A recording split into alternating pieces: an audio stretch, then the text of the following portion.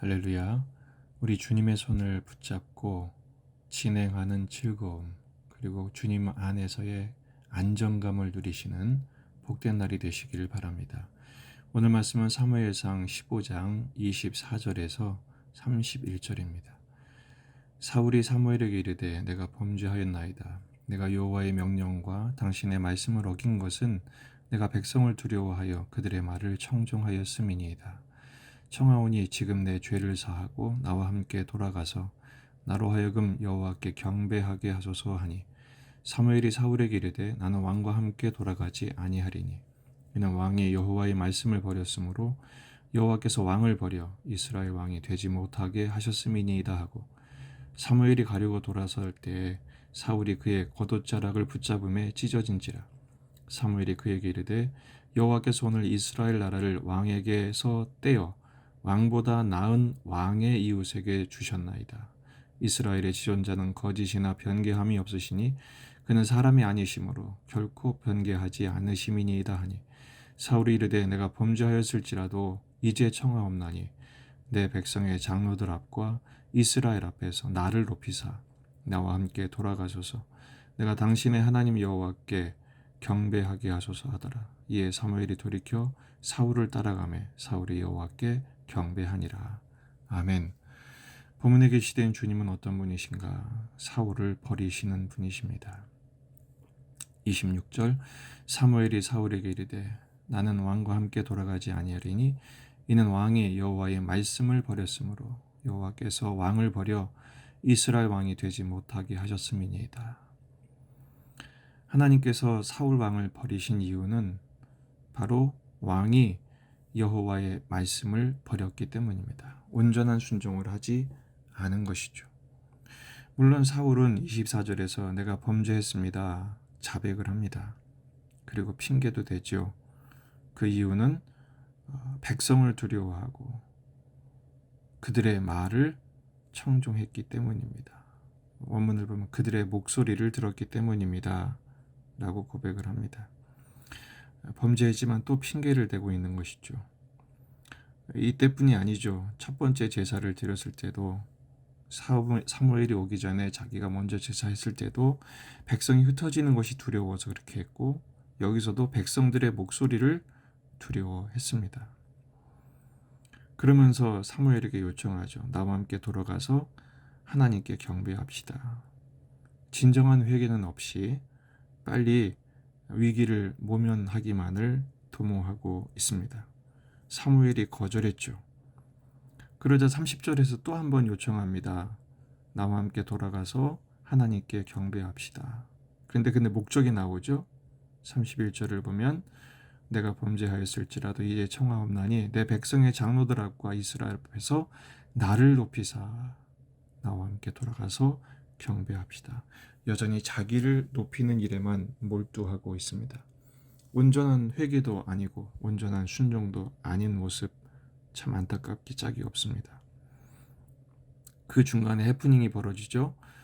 사무엘은 가지 않으려고 하고, 또 사울은 그 사무엘을 붙잡을 때 붙잡았던 겉옷자락이 찢어집니다. 그때 사무엘이 말합니다. 28절에서 지금 이 옷이 찢어진 것처럼 여호와께서 오늘 이스라엘 나라를 왕에게서 찢어서 왕보다 나은 왕의 이웃에게 주셨습니다 라는 엄청난 선포를 하고 있습니다. 그러면서 하나님은 결코 변함이 없으신 분이십니다. 사울은 변개했지만 하나님은 이 정하신 것을 바꾸시지 않는다라는 말씀입니다. 오늘 말씀의 교훈이 무엇입니까? 사울의 착각을 우리가 반복해서는 안 되겠습니다. 지금 사울이 착각하는 건 뭡니까? 예배를 하고 안 하고의 문제가 아니에요. 정말 중요한 것은 하나님을 경외하고 그 하나님의 말씀을 두려운 마음으로 온전히 순종하지 않은 것이 오늘 문제의 본질입니다. 근데 사울은 여전히 사람들, 백성들의 목소리, 백성들을 두려워하고 백성들의 목소리만 우선으로 여기죠. 사람을 두려워하는 것입니다. 하나님을 경외하는, 하나님을 두려워하는 마음이 있어야 되는데 말이죠. 잠언서 29장 25절, 사람을 두려워하면 올무에 걸리거니와 여호와를 의지하는 자는 안전하리라. 결국 이 사울은 사람을 두려워하는 올무에 걸려버리고 만 것입니다. 회개도 형식적으로, 예배도 형식적인 예배로 해결하려 했던 어리석음. 그에게는 진정한 회개가 없었습니다. 다윗도 잘못한 적이 있었지만 사울과 다윗의 가장 큰 차이는 다윗은 철저히 회개합니다. 사무엘하 12장 13절에서 나단이 그의 죄를 지적했을 때 내가 여호와께 범죄했습니다 라고 고백하면서 시편 51편의 그 고백이 절절하게 나의 죄를 씻어주시고 나의 죄악을 정결케 해달라고 간절히 기도하고 있지 않습니까?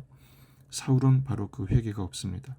여전히 장로들 앞에서, 백성들 앞에서 자기 위신이 더 중요했죠. 더군다나 어제도 묵상한 것처럼 하나님에 대하여 당신의 하나님, 나의 백성 이렇게 얘기하죠. 아직도 자기가 왕인 것입니다.